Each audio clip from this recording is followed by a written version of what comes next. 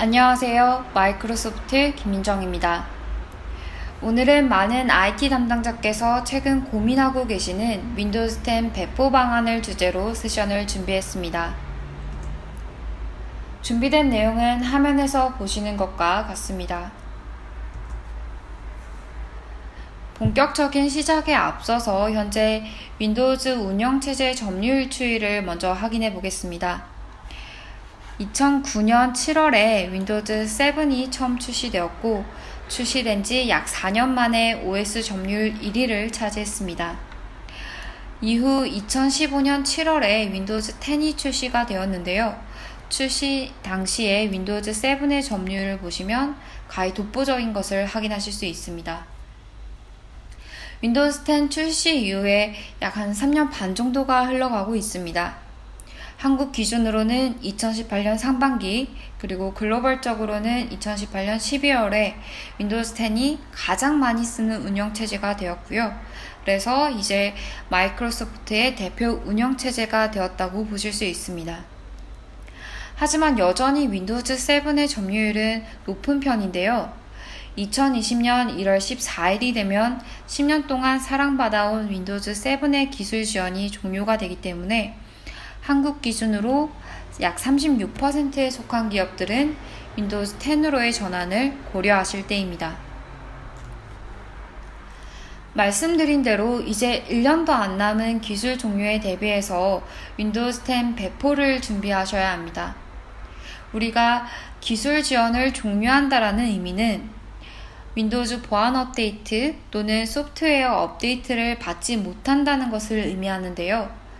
지원 중단 이후에 계속적으로 윈도우즈 7을 사용하다 보면은 유해한 바이러스 또는 스파이웨어, 이런 악성 코드를 포함한 각종 사이버 공격의 대상이 됩니다. 지난 2014년 XP 기술 종료 시에도 유사한 경험을 하신 담당자분들이 많으실 겁니다. 당시 우리는 기술 지원이 중단이 되더라도 내부에 자체 보안 솔루션이 있어요 라고 하셔서 XP를 그대로 사용하셨고 이후에 XP 취약점을 이용한 워너크라이나 랜섬웨어 등 이런 악성 코드에 인한 공격으로 인해서 PC가 먹통이 되었던 적이 있습니다. 2020년 윈도우즈 7 지원 종료 후에도 역시 보안 업데이트가 지원이 되지 않기 때문에 해커들은 그동안 축적해놨던 OS 취약점에 대한 노하우를 기반으로 언제든지 공격이 가능해집니다. 따라서 디도스 공격이나 지원 종료 후에 발생하는 보안사고 위협에 대처하기 위해서 우리는 새로운 OS로 업그레이드를 하셔야 합니다. 그렇다면 배포 전에 고려할 사항들은 어떤 것들이 있을까요? 비용이나 다른 부분도 많이 고민을 하시겠지만 달라진 업데이트 주기 그리고 호환성, 배포 옵션을 가장 많이 고민하지 않을까 생각이 듭니다.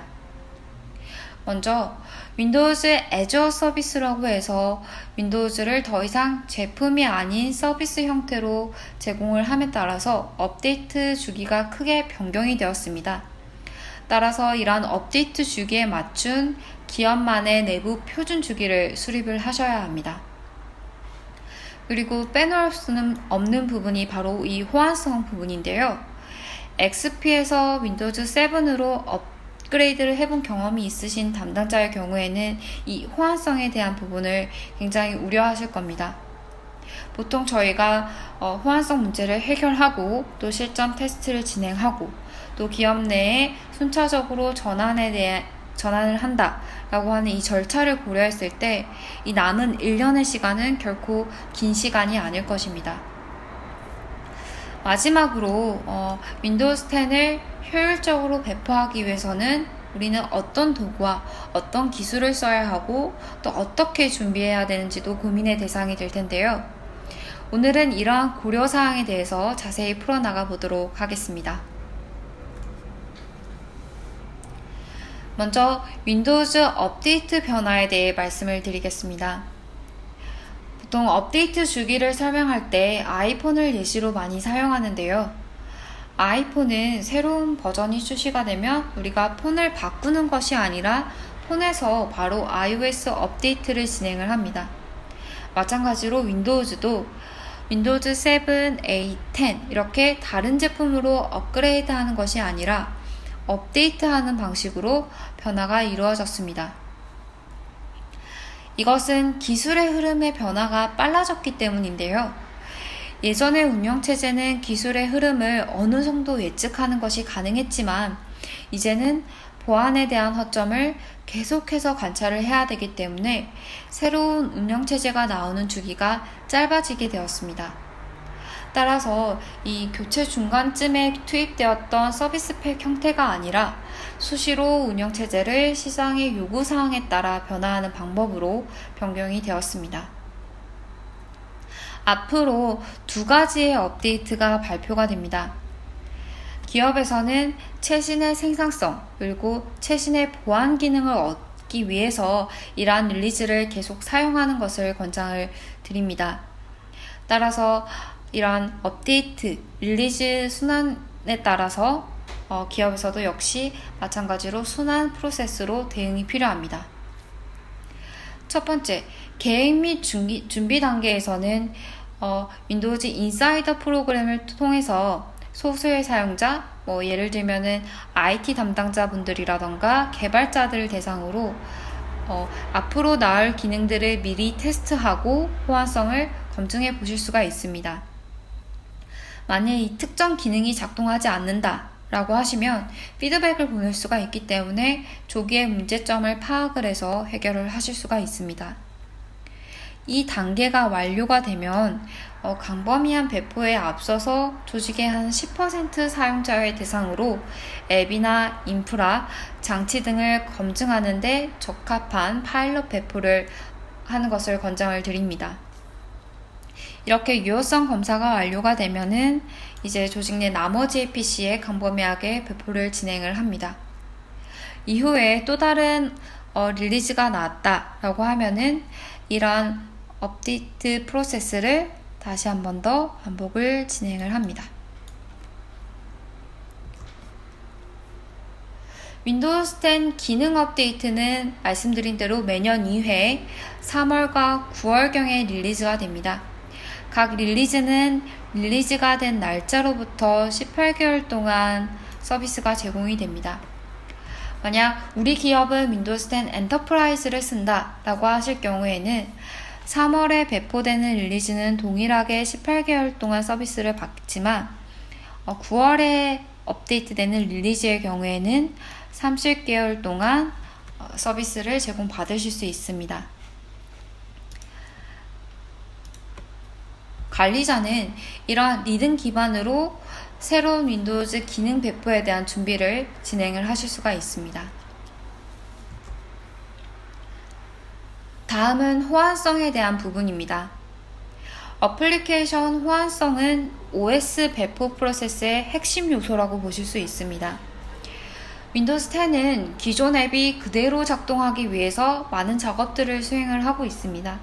그리고 대체로 윈도우즈 10의 핵심이 되는 그 물리적인 엔진이 윈도우즈 7과 크게 다르지 않기도 하지만 또 코어를 가볍게 해서 모듈 형식으로 기능을 덧붙이기 때문에 보다 가볍게 동작을 합니다.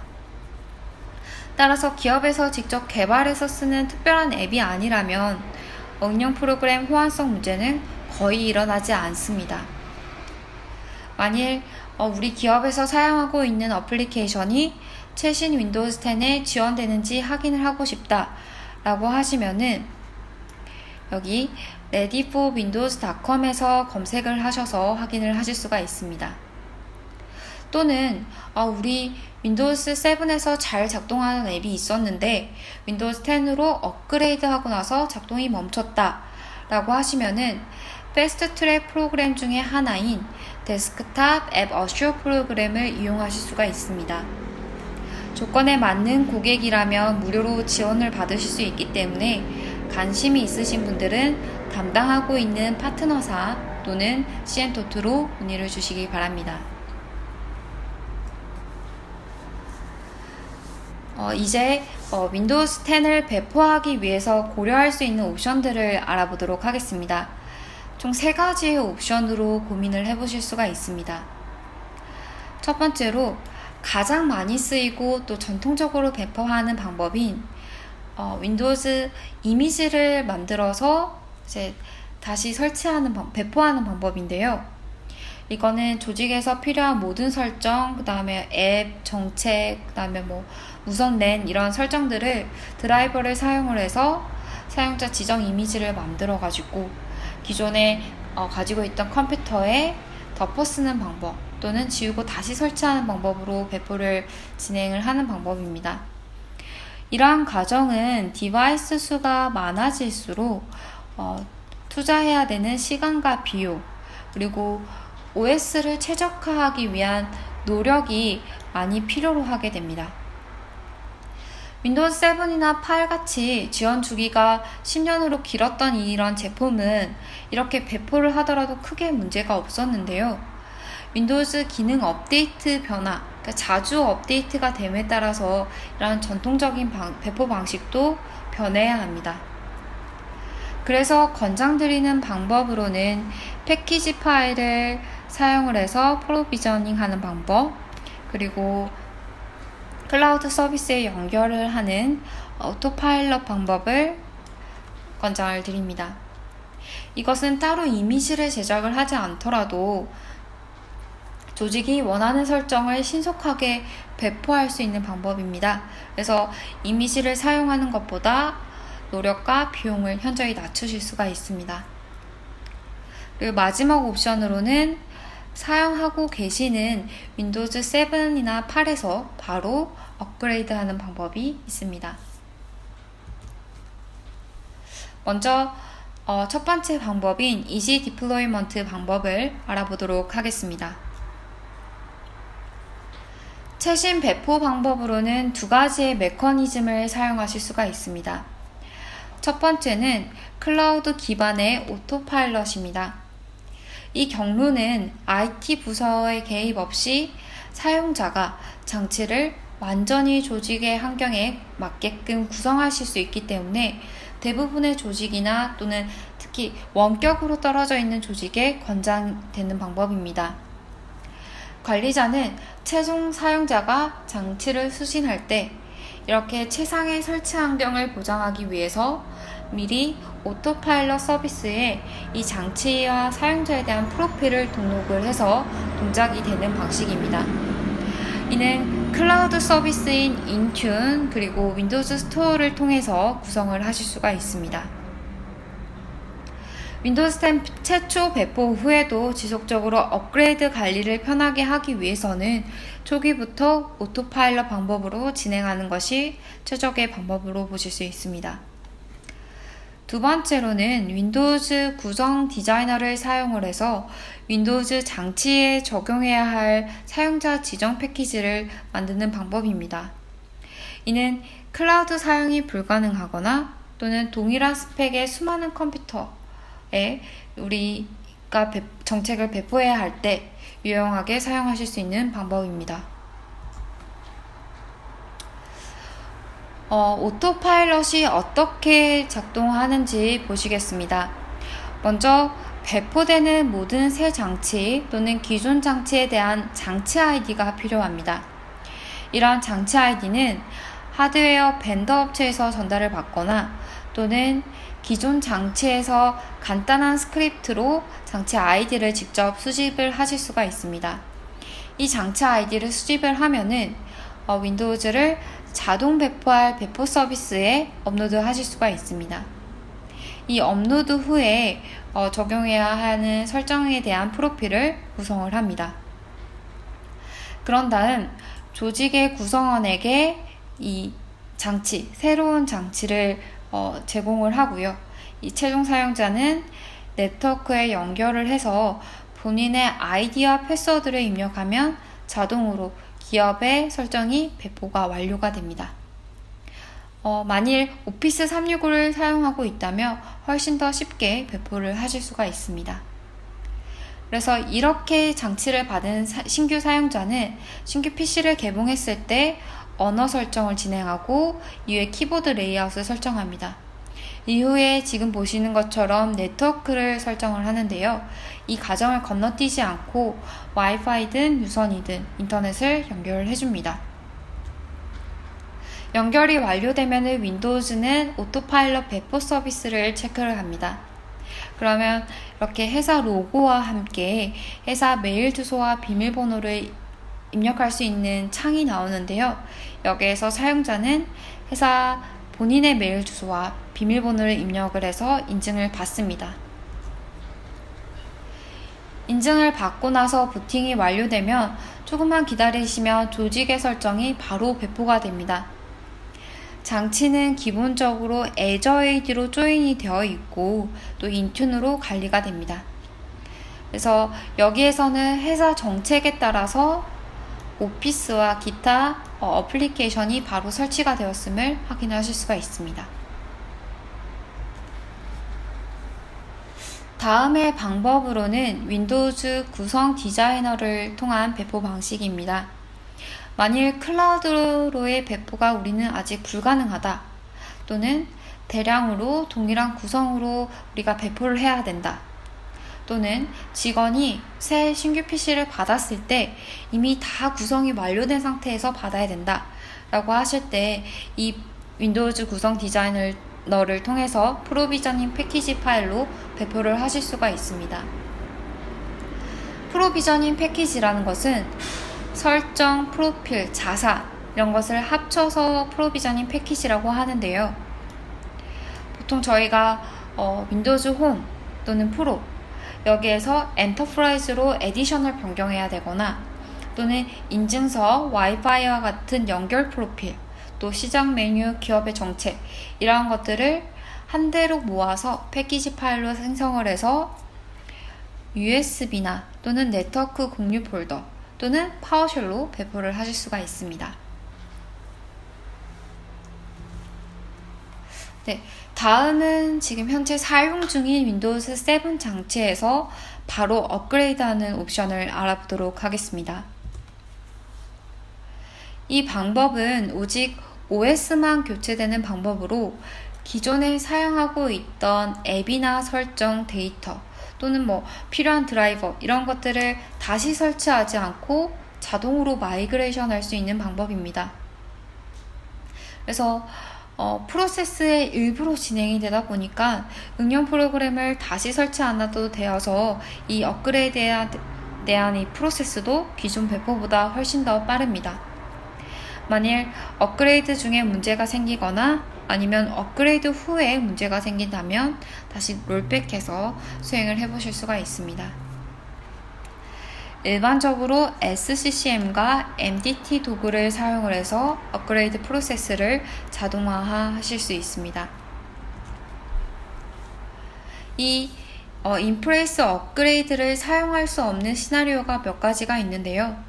이러한 경우에는 기존의 배포 방법인 지우고 다시 설치하는 방법을 대신해서 사용할 수 있습니다. 몇 가지를 살펴보자면 첫 번째로 32비트 운영체제에서 64비트, 마찬가지로 64비트에서 32비트의 운영체제로 변경을 하고자 한다면 이것은 설치된 응용 프로그램이나 드라이버의 혼란을 초래할 수 있기 때문에 이 인프레이스 업그레이드를 통해서 진행을 하실 수가 없습니다. 또한 윈도우즈 투고나 VHD 설치해서 부팅하는 경우도 불가능합니다. 또한 이 업그레이드 프로세스는 단일 OS를 실행하는 장치용으로 설계가 되어 있기 때문에 듀얼이나 멀팅부팅을 사용하는 경우 역시 불가능하므로 주의해서 사용을 해주셔야 되겠습니다. 이전에는 인프레이스 업그레이드가 안 되다가 이제는 지원되는 새로운 시나리오가 있는데요. 이 경우에는 몇 가지 추가 절차가 필요합니다. 첫 번째, 레거시 바이오스를 UEFI 부팅으로 변환하고자 하신다면은 MBR GPT라는 도구를 사용을 해서 진행을 하실 수가 있습니다.